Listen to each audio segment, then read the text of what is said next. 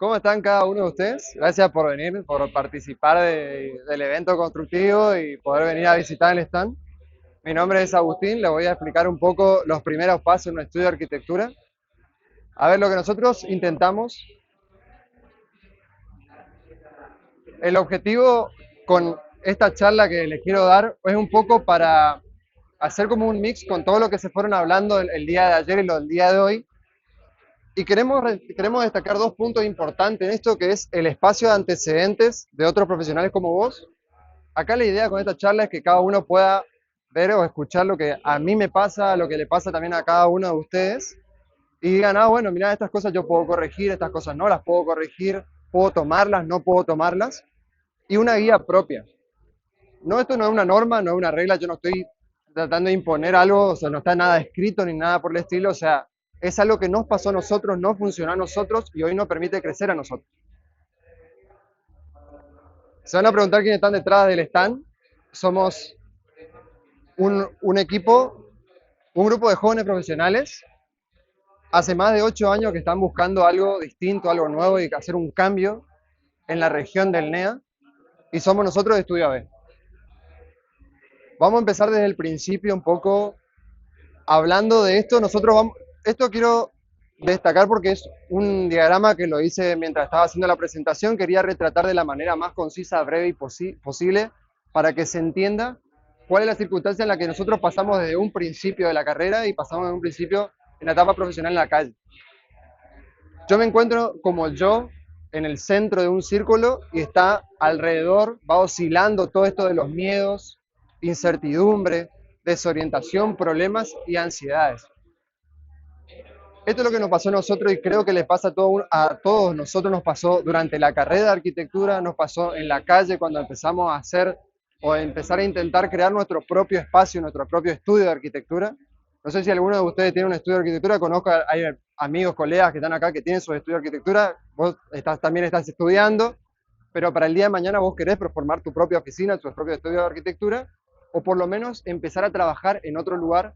Bueno, lo que nosotros intentamos con esto, que es la siguiente, es, es una flecha que es destruir esa burbuja hacia lo desconocido y salir de la zona de confort. Esa zona de confort, nosotros no hablamos de la zona de confort habitual de, bueno, yo me siento, no, me quiero incomodar en esto. Aparte de que nos incomodamos, el salir de la zona de confort es un rasgo de valentía de cada uno de nosotros a formar algo propio. Cada uno de nosotros es valiente al crear un estudio, una oficina, un atelier de arquitectura. Esta línea de tiempo es un poco lo que nos pasó a nosotros. Estos signos de preguntas tratan de demostrar cómo nos encontrábamos nosotros antes del 2024. Acuérdense que nosotros estamos hace 8 años tratando de descubrirnos y que lo empezamos a lograr ahora en el 2025. Pero en esto que nosotros encontramos acá, en esta pequeña fase, en este momento del 2024 y 2025, nosotros encontramos el caos. Y por decir, bueno, puse una carita feliz, digamos, como para que estaba un poco mejor, pero el caos es que en la próxima es cómo nosotros veníamos circulando en toda nuestra vida profesional y el caos nos terminó a hacer un bollo de papel, nos estrujó completamente hasta encontrar una línea que es la que nosotros nos encontramos cómodo hoy y fijo y con un objetivo claro.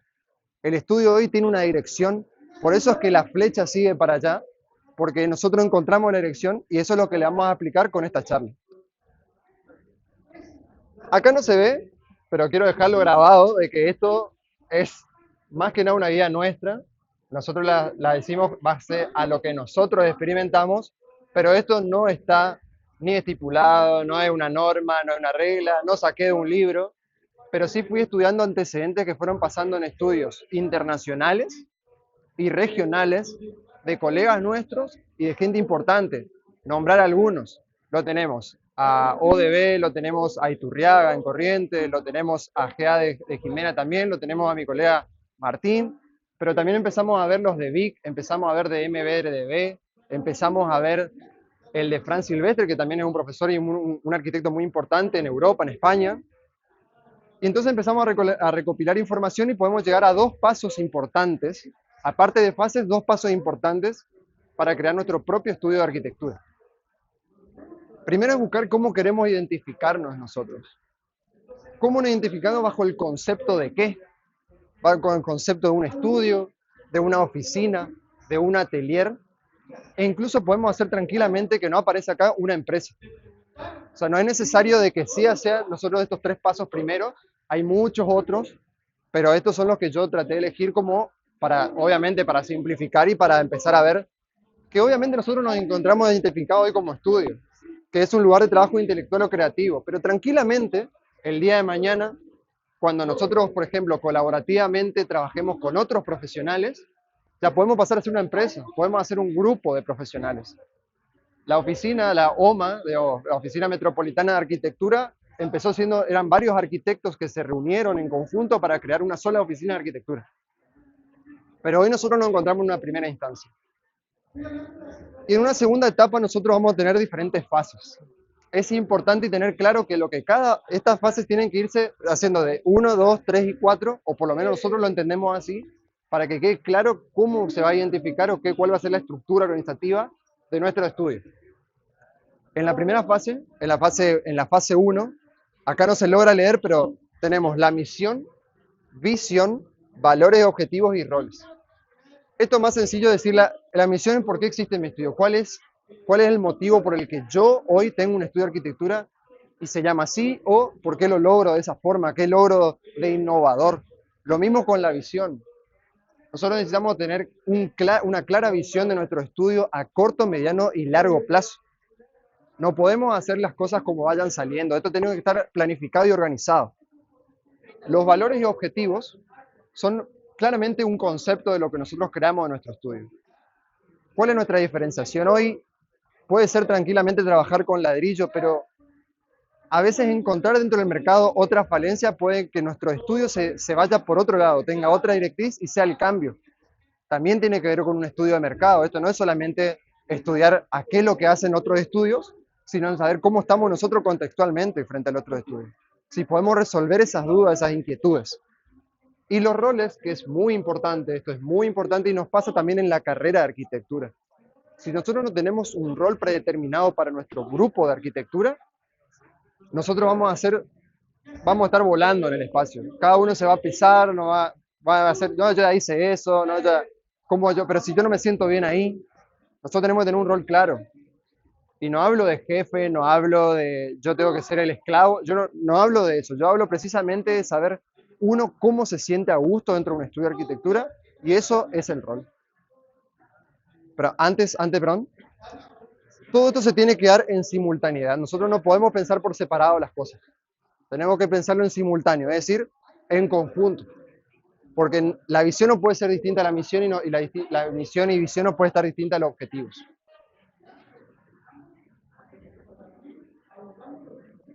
Siguiente. En la fase 2 vamos a hablar de estructura. La fase 1 es más o menos el rumbo de lo que nosotros fuimos haciendo. En la estructura nosotros tenemos que tener una estructura interna, que es no solamente la estructura interna de cómo yo armo un inventario, sino también es una organización de documentación, carpetas, nomenclaturas, para estar organizados. A mí me pasaba, y esto quiero contar como una anécdota, cuando en la facultad era el único que estaba más tiempo desarrollando la idea de la facultad porque me dedicaba a ordenar carpetas de arquitectura. Dónde tenían que ir los renders, dónde tenían que ir los planos de WG, los planos PDF. Mis amigos me querían matar, digamos, pero a ver, si nosotros no teníamos esa organización, capaz que no sabíamos ni dónde estaba el último archivo y podíamos imprimir cualquier cosa. Lo mismo pasa en un estudio de arquitectura. El organigrama funcional tiene que ver con, del equipo, el área, el rol, responsabilidad y función principal. Las herramientas tienen que ver no solamente con las herramientas analógicas, ni las herramientas físicas. No solamente estoy hablando de camiones, de retroexcavadoras, estoy hablando de la herramienta en la que nosotros como estudio podemos usar y sabemos usar. ¿Para qué yo me voy a alistar o para qué voy a mandar mi CV a un estudio donde se trabaja con Archicad, por ejemplo, si yo trabajo en Revit? O un estudio en el que se use Grasshopper si yo lo único que sé usar es SketchUp. Tengo que tener en claro cuáles son los potenciales programas hoy, aprenderlos, pero tampoco abarcar todo. Porque abarcar todo también genera una ansiedad y genera un problema, un conflicto interno dentro de un estudio. Para eso también se desarrollan las áreas, pero bueno. Y la contabilidad, que es importantísimo, la contabilidad es saber los números del estudio y la empresa. Tenemos que estar contabilizado todo. Si se escapa algo, tiene que aparecer. Esas son las cuentas claras, el estudio de la empresa o lo que sea, crece en relación al dinero. No hay que olvidarnos del factor plata acá, tampoco hay que olvidarse de eso. Y todo esto se tiene que hacer en equipo. No ese trabajo, la simultaneidad yo hablo capaz de una sola persona, el equipo son todos los que conforman el estudio. En la planificación nosotros vamos a tocar tres temas importantes que son las estrategias, recursos humanos y liderazgo. La estrategia es tener un plan. Nosotros no podemos hacer las cosas sin un plan. O sea, es imposible. ¿Por qué hacemos las cosas? ¿A dónde queremos llegar? Eso es planificarlo. ¿Cuánto tiempo nos va a llevar esto? El problema que surge en un estudio de arquitectura hoy tradicionalmente es decirle a un cliente que le vamos a tener en un mes un proyecto de una casa y termina en 3. Eso es costo y pérdida de plata completamente y todos tenemos que vivir, todos tenemos que pagar alquiler, independientemente de que vivamos en la casa de nuestro viejo todavía o vivamos independientes. Entonces, esto es costo. Si nosotros no hacemos un trabajo, una práctica de esto desde un principio, vamos a tener un conflicto eterno por el resto de nuestras vidas. Los recursos humanos no solamente de una oficina, sino también el recurso humano obrero. Ya cuando empezamos a trabajar en el recurso humano, también empezamos a hablar de cómo nosotros nos vamos a comunicar con esas personas. Y eso es por eso que quiero hablar del último punto como algo muy importante, que es el liderazgo. El paradigma del jefe hoy en una empresa, en un estudio de arquitectura, está llegando un poco a su fin, aunque en algunas regiones de la Argentina, sin decir en esta región, hay un problema grave, digamos, de que no sabemos delegar. El liderazgo es importante para saber delegar las tareas y no ser el único que después termina con un problema de salud y la empresa se cae. Por eso en la imagen siguiente, yo quiero hablar de esto que es algo biológico, algo natural, y es el vuelo de los pájaros en B, que todo el mundo debe conocer cuando mira al cielo y ve unos pájaros que todo va en B. Naturalmente, el primero que va en la lista es el líder del vuelo. Es el que afronta todos los riesgos, el que da la dirección, la velocidad, el rumbo del vuelo en este caso, por miles de kilómetros. Pero ¿qué pasa cuando se cansa? Va hacia la parte de atrás para descansar y alguien lo sucede. ¿Estamos nosotros dispuestos a hacerlo? Esa es una pregunta que tenemos que hacerlo desde un principio también en el estudio de arquitectura para saber delegar las cosas. ¿Siente? Y acá en la cuarta, que también es muy importante, esto escapa y está afuera de un estudio de arquitectura, es el cliente final. Y hay tres puntos fundamentales, que es la presentación, la fidelización y la presencia. La presentación vamos a entender todo, lo entendemos como qué es lo que le entregamos al cliente para que tenga un buen gusto con nosotros, a ver cómo se acuerda de nosotros, qué hicimos, no solamente un proyecto lindo, va más allá del proyecto. Nosotros generamos una conexión con cada una de las personas con las que nosotros desarrollamos un proyecto, e incluso en la facultad con el arquitecto y el profesor. ¿Cómo somos capaces nosotros de venderle un proyecto a un profesor? ¿Cómo dejamos rasgo? ¿Cómo dejamos una huella? La fidelización tiene que ver con esto de cómo el cliente se acuerda de nosotros y cómo nosotros nos acordamos del cliente. Obviamente que hay herramientas importantes de fidelización, hay CRMs, hay otros programas, ya con la inteligencia artificial también se pueden crear bots en el que nosotros el día de su cumpleaños le llevamos una tarjeta, hacemos llegar una tarjeta, para que podamos tener otro contacto. Y la presencia tiene que ver una vez más con lo que dije en un principio, que es salir de la zona de confort. Esto que hoy estamos haciendo no es simplemente más que ponernos nosotros en jaque todo el tiempo. Hoy que estoy haciendo esta charla con ustedes, a mí me saca de mi zona de confort. Yo soy una persona que trabaja siempre en la oficina, que siempre trabaja en el diseño con la computadora y no salgo de ahí. Pero ¿qué hago yo para hacerme conocido? ¿Cómo hago yo, muestro el potencial que tenemos hoy? Hay eventos como este, hay muchas formas hoy que la gente lo está implementando, que son los videos en Instagram, hacer reels, hablar un poco, salirse de lo que se habla tradicionalmente y decir, ir en contra de lo natural y decir, esto es una porquería. Y suena complicado, suena algo que no estamos, en las redes sociales no estamos muy acostumbrados a escuchar, pero hoy genera impacto, genera un debate. Y hoy las redes sociales es fundamental para esas cosas. Bueno, acá un poco un ejemplo de lo que se entrega. Y este es un ejemplo del estudio AB. Algo que logró AB en esa línea de tiempos, ustedes se pueden llegar a, ¿se acuerdan de la línea de tiempo que yo mostré hoy? Hablaba del caos y después lo que generaba. Esa tranquilidad, esa calma. Hoy el estudio llegó a tener más que un concepto, una definición de estudio. Y hay dos palabras fundamentales, y esto hablo con Mati todos los días, hablo con cada persona que yo trato de tener una charla porque es algo que nos representa y lo que somos, lo que entregamos. No entregamos más que versatilidad y experiencia. La versatilidad es la adaptación. Estamos trabajando bajo un contexto, tenemos que adaptarnos. No podemos volar. O sea, sí lo podemos hacer, pero en algún momento tenemos que bajar a tierra. Pero tenemos una respuesta al contexto. Sin embargo, no nos olvidamos, en eso de no olvidarnos de soñar, implementamos tecnologías que ahora les voy a mostrar una cosa, pero la experiencia es generar vivencias memorables. Nosotros somos un estudio que genera una huella, un impacto en cada ser humano al que nosotros entregamos un proyecto de arquitectura. Con un rumbo que va de lo regional a lo nacional y lo global. Nosotros pensamos en grande. No hay que pensar tampoco, hablando de contexto, no solamente quedarnos, sino empezar a pensar en lo global. Hoy nos podemos internacionalizar de manera sencilla. Con un buen plan y con todo lo que fuimos hablando y lo mostrando en la guía, podemos llegar a alcanzar por lo menos una base que nos llegue después a llegar mucho más lejos. Por eso, y voy a destacar que con estas charlas, cada uno de los que yo fui seleccionando para cada de estas charlas, tiene algo que nosotros intervenimos en nuestro estudio. Hablamos del croquis y de la guía. Nosotros no nos podemos olvidar del lápiz. El primer esbozo, la primera línea de un proyecto surge en papel. Eso es imposible que nosotros no olvidemos. La inteligencia artificial nos la reinterpreta. Pero hoy nosotros podemos sacar con inteligencia artificial algo que tardaba una semana en cuestión de minutos.